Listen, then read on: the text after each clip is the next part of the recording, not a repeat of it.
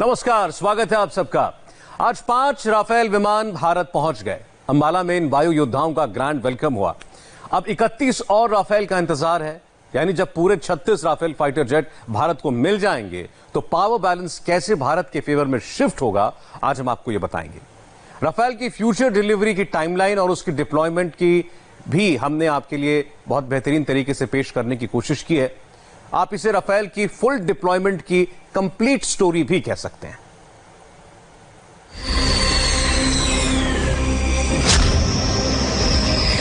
एक राफेल,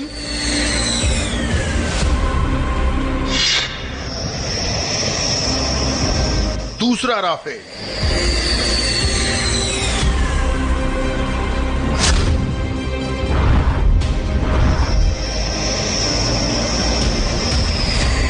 तीसरा राफेल,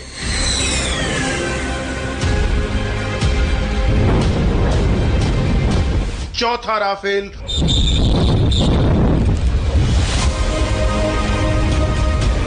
और पांचवां राफेल।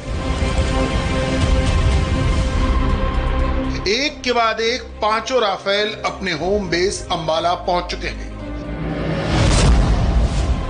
पहली खेप में 5 राफेल आए हैं, तो देखिए जब ये हैंगर के बाहर टरमैक पर खड़े होंगे तो कैसे दिखेंगे। एक साथ 5 राफेल। अगले कुछ महीनों तक ये फॉर्मेशन ऐसी ही रहेगी और अंबाला एयरबेस पर प्रैक्टिस और सिर्फ प्रैक्टिस, यही इनकी एक्टिविटी होगी। लेकिन युद्ध के लिए ये फाइटर जेट तैयार है। सोचिए 5 राफेल आने के बाद ही एयरफोर्स की ताकत इतनी बढ़ चुकी है, तो 36 राफेल आने के बाद क्या होगा। भविष्य में भारत की एयर पावर में राफेल का क्या मुकाम होगा, ये कैसे दक्षिण एशिया में पावर बैलेंस बदल देगा। 36 राफेल की पहली खेप ऐसे वक्त भारत पहुंची है जब भारत का 2 देशों के साथ 36 का आंकड़ा चल रहा है। चीन और पाकिस्तान में 2 फ्रंट का जिक्र चल रहा है और इस बीच राफेल भारत पहुंच चुका है। इसलिए राफेल डील का आधा नहीं बल्कि अब पूरा पैकेज जरूर देखना चाहिए, क्योंकि जब 5 राफेल के आने से ही पावर बैलेंस भारत की ओर शिफ्ट हो सकता है, तो 36 राफेल को शामिल करने के बाद भारत की एयर पावर चीन और पाकिस्तान के खिलाफ कैसे टोटल कंट्रोल में होगी।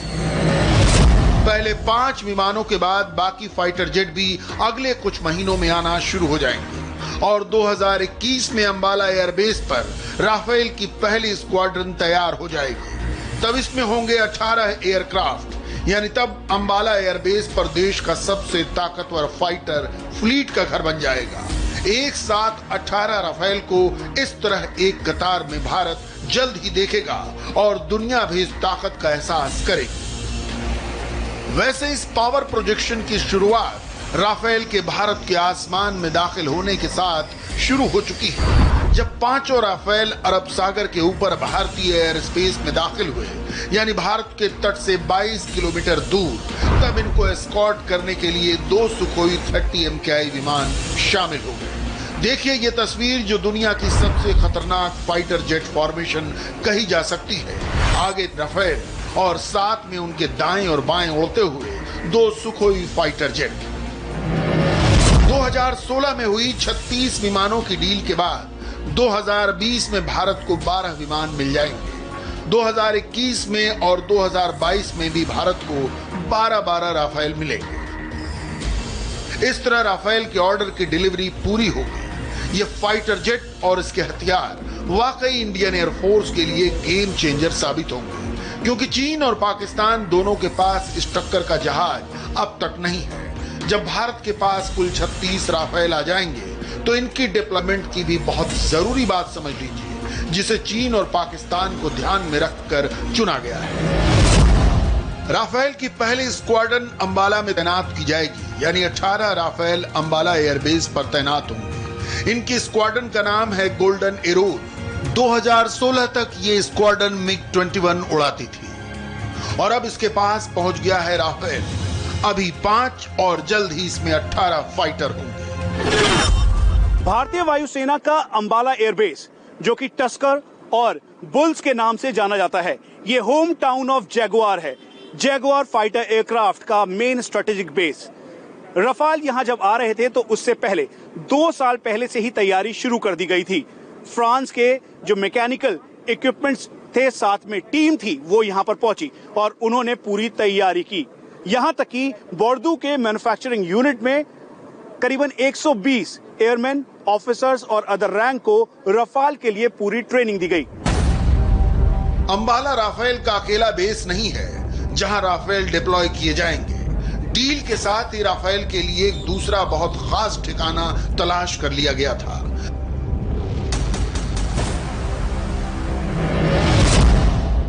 अंबाला से 1500 किलोमीटर दूर पश्चिम बंगाल का एयरबेस है हाशीमारा, जहां राफेल की दूसरी स्क्वाड्रन तैनात की जाएगी। अंबाला में राफेल पाकिस्तान की तरफ वाला बॉर्डर भी संभालेगा। लद्दाख और हिमाचल में तिब्बत फ्रंट भी देखेगा। वहां हाशीमारा में राफेल की स्क्वाड्रन सिक्किम और अरुणाचल सेक्टर में चाइनीज एयरफोर्स से निपटेगी। पूर्वी लद्दाख की तरह सिक्किम और अरुणाचल प्रदेश से लगी तिब्बत की सीमा की दूसरी ओर चीन ने अपनी डिप्लॉयमेंट कैपेसिटी पिछले कुछ सालों में बढ़ाई है। ल्हासा और शिगात्से जैसे मिलिट्री बेस पर चीन लगातार अपने आधुनिक फाइटर तैनात करता रहा है। ये ठिकाने अब भारत के लिए वक्त के साथ बड़ा खतरा बन रहे हैं। इसी वजह से अंबाला की तरह हाशीमारा में भी 18 राफेल तैनात किए जाएंगे। डोकलाम वैली के करीब हाशीमारा एयरबेस पर वायुसेना की 101वीं स्क्वाड्रन में 18 राफेल शामिल किए जाएंगे।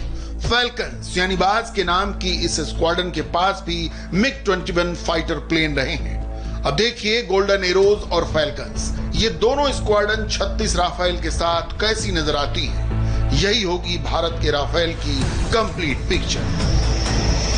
राफेल की डिलीवरी की टाइमिंग वाकई बहुत स्पेशल है। चीन से तनातनी के बीच राफेल ने वायुसेना को गजब का कॉन्फिडेंस दिया है। अभी 5 राफेल आए हैं और आगे 36 राफेल आने तक इंडियन एयरफोर्स की वॉर कैपेसिटी बढ़ती रहे। इसके लिए राफेल के उड़ाने वाले पायलट लगातार प्रैक्टिस करते रहेंगे। अभी तक भारतीय वायुसेना के 12 पायलट राफेल उड़ाने की ट्रेनिंग ले चुके हैं और समझौते के हिसाब से फ्रांस भारत के 36 पायलट को ट्रेनिंग देगा।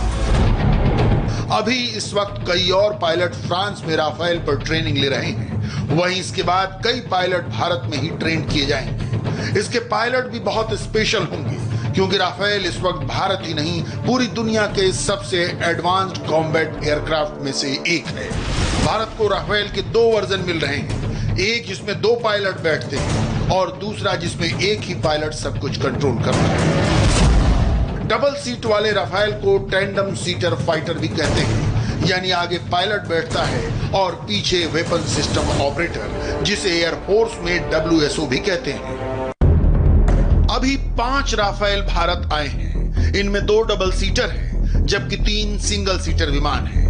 यानी डबल सीटर राफेल भारत में भी ट्रेनिंग देने के लिए इस्तेमाल किया जाएगा और 36 के 36 राफेल शामिल होने के बाद 2022 तक भारत की एयर पावर कुछ इस तरह होगी। राफेल 36 होंगे, सुकोई 30 MKI 272 होंगे, मिग-29 70 होंगे, मिराज 2000 48 होंगे, जैगवार करीब 100 होंगे। देश में ही बना तेजस एयरक्राफ्ट, इनकी गिनती करीब 50 होगी। ऐसा होगा भारत की फाइटर फ्लीट का पूरा पैकेज, यानी 600 मॉडर्न और अपग्रेडेड फाइटर्स के साथ भारतीय वायुसेना का दमखम बुलंदी पर। इसीलिए कुल मिला के 72 पायलट्स को ट्रेंड किया जाएगा। ये बेहद स्ट्रेटेजिक कदम है भारतीय वायुसेना को। रोमांचक रहा।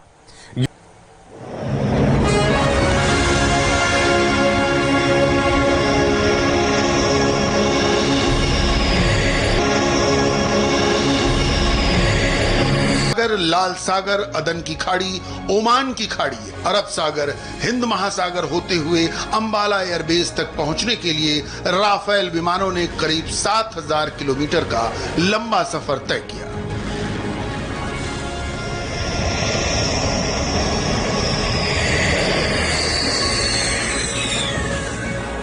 दो दिन के सफर में Rafale multi role fighters Egypt, Saudi Arab, Yemen, Oman और संयुक्त अरब अमीरात के एयर स्पेस के ऊपर से गुजरे।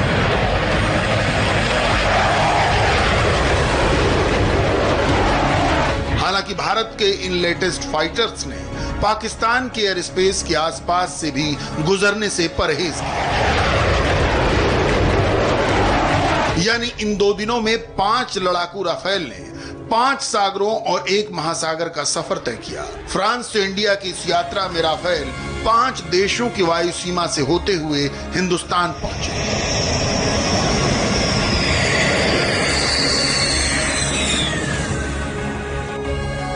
फ्रांस से इंडिया तक के सफर में राफेल की ये यात्रा 2 राउंड में पूरी हुई। इसकी शुरुआत हुई थी सोमवार 27 जुलाई को फ्रांस के बोर्डो शहर के पास स्थित दसॉ कंपनी के बेस मैरिनेक से। फ्रांस में भारत के राजदूत जावेद अशरफ ने फ्रांस से राफेल विमान लेकर भारत आने वाले एयरफोर्स के पायलट से मुलाकात की और लंबे सफर के लिए शुभकामनाएं दी।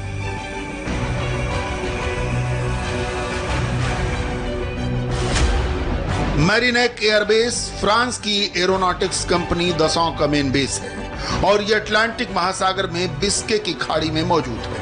राफेल के 2 डबल सीटर और 3 सिंगल सीटर विमान लेकर यहां से इंडियन एयरफोर्स के पायलट भारत के सफर पर निकले। वायुसेना के पायलट इस एयरबेस पर पिछले कई महीनों से राफेल फाइटर प्लेन को उड़ाने की ट्रेनिंग ले रहे थे ताकि इंडिया तक का सफर स्मूथ सेलिंग हो और उसमें कोई दिक्कत न आए। राफेल का भारत आने का ओरिजिनल प्लान तो ये था कि आते हुए जितने भी वो देशों में जाता, हर देश में लगभग टचडाउन करते हुए रुकते हुए भारत पहुंचता। लेकिन कोरोना की वजह से कोविड-19 के खतरे को देखते हुए इस प्लान में बदलाव किया गया। दरअसल वजह ये थी कि अगर ऐसे में पायलट अलग अलग देशों में रुकते हुए आते तो उनको भारत आने के बाद क्वारंटीन करना पड़ता और यही वजह है कि इस प्लान में पूरा बदलाव कर दिया गया। जब 5 राफेल विमानों ने फ्रांस के मैरिनेक एयरबेस से उड़ान भरी तो उनके साथ फ्रांसीसी वायुसेना 2 मालवाहक विमान भी भारत के लिए उड़े। ये विमान थे Airbus 330 multi role tanker transport यानी MRTT एयरक्राफ्ट। असल में ये विमान एयरबस 330 एयरलाइनर ही होते हैं जिन्हें मिलिट्री के इस्तेमाल के लिए मालवाहक और टैंकर विमानों के तौर पर इस्तेमाल किया जाता है। राफेल के साथ फ्रांस के इन टैंकर ट्रांसपोर्ट एयरक्राफ्ट के आने का एक खास मकसद था। ये तय हुआ था कि राफेल की पहली खेप फ्रांस से सीधे अल-दफ्रा एयरबेस पर टचडाउन करेगी। इसीलिए रास्ते में राफेल को रिफ्यूलिंग की जरूरत पड़ेगी। इसीलिए Airbus 330 multi role tanker transport विमानों से राफेल फाइटर प्लेन में उड़ान के दौरान ही ईंधन भरा गया ताकि राफेल को ईंधन के लिए किसी एयरबेस पर उतरना न पड़े और वो फ्रांस से हिंदुस्तान के लिए अपना सफर जारी रख सके। सफर के दौरान राफेल विमानों में हवा में ईंधन भरना कोई आसान काम नहीं था। इसके लिए फ्रांस गए एयरफोर्स के पायलटों को स्पेशल ट्रेनिंग दी गई। मैरिनेक एयरपोर्ट से उड़ान भरने के बाद राफेल के पायलटों को अपनी रफ्तार पर ब्रेक भी लगाना पड़ा क्योंकि Airbus 330 multi role tanker transport यानी MRTT एयरक्राफ्ट की रफ्तार धीमी थी और राफेल को उनके साथ ही कदम ताल मिलाकर सफर तय करना था। भारतीय वायुसेना मिड एयर रिफ्यूलिंग के लिए गजराज यानी IL-76 का इस्तेमाल करता है। दरअसल इसको रूस से खरीदा गया है। वहीं France air force mid air refuelling के लिए अपने सभी फाइटर एयरक्राफ्ट में MRTT यानी Airbus 330 multi role tanker transport का इस्तेमाल करते हैं। फ्रांस के मैरिनेक बेस से उड़ने के बाद Rafale multi role fighter plane संयुक्त अरब अमीरात के अल-दफ्रा एयरबेस पर उतरे। फारस की खाड़ी के पास मौजूद अल-दफ्रा एयरबेस संयुक्त अरब अमीरात की राजधानी और दूसरे बड़े शहर अबू धाबी से बस 20 किलोमीटर दूर है। यहाँ पर फ्रांस और अमेरिका ने भी अपने वायु सैनिक अड्डे बना रखे हैं। संयुक्त अरब अमीरात का अल-दफ्रा एयरबेस सामरिक रूप से बेहद महत्वपूर्ण है। यहाँ पर फ्रांस और अमेरिका के एयरबेस होने की वजह भी समझ लीजिए। अल-दफ्रा एयरबेस फारस की खाड़ी में होर्मुज जलसंधि के पास मौजूद है। होर्मुज जलसंधि से होकर दुनिया का 1/4 तेल कारोबार गुजरता है, जबकि दुनिया की 1/3 नेचुरल गैस इसी रास्ते से होकर जाती है।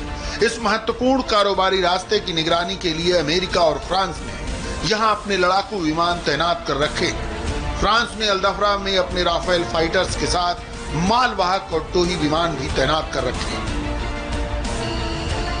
बेहद कीमती राफेल विमानों के पहले टचडाउन के लिए खास तौर से अल्दफ्रा एयरबेस को चुना गया। यहाँ पर फ्रांस की वायुसेना की राफेल वाली टुकड़ी तैनात है। इस एयरबेस पर दुनिया की बेस्ट फैसिलिटीज है। इसी कारण फ्रांस ने राफेल के इकलौते पड़ाव के तौर पर अल्दफ्रा को चुना।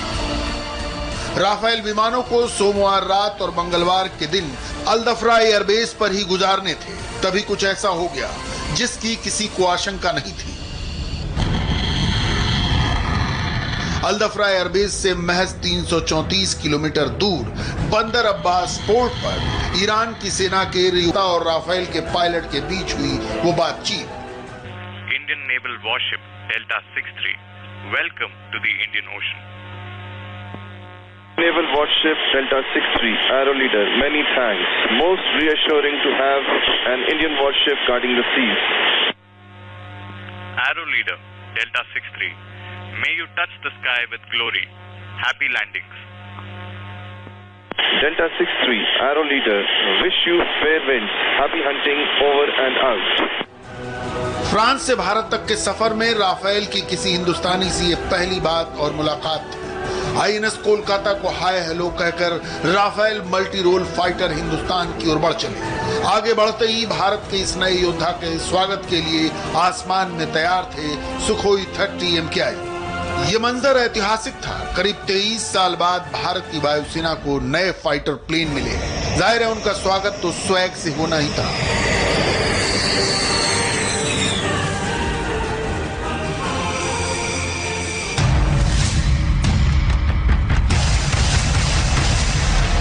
भारतीय वायुसेना ने 23 साल पहले Su-30 MKI को खरीदा था। उसके बाद से अभी तक कोई भी फाइटर एयरक्राफ्ट नहीं खरीदा गया। अब ऐसे में 23 साल बाद रफाल जब भारतीय एयर स्पेस में पहुंचे तो उनको रिसीव करने के लिए भारतीय वायुसेना के S fighter aircraft Su-30 MKI air space में मौजूद थे और वही इनको एस्कॉर्ट कर कल अंबाला एयरबेस तक लाए। राफेल विमानों की पहली खेप को एस्कॉर्ट करते हुए सुखोई विमान उन्हें अंबाला एयरबेस पर ले आए, जहां राफेल इंडियन एयरफोर्स की 17वीं स्क्वाड्रन गोल्डन एरोज का हिस्सा बन गए। राफेल के बाद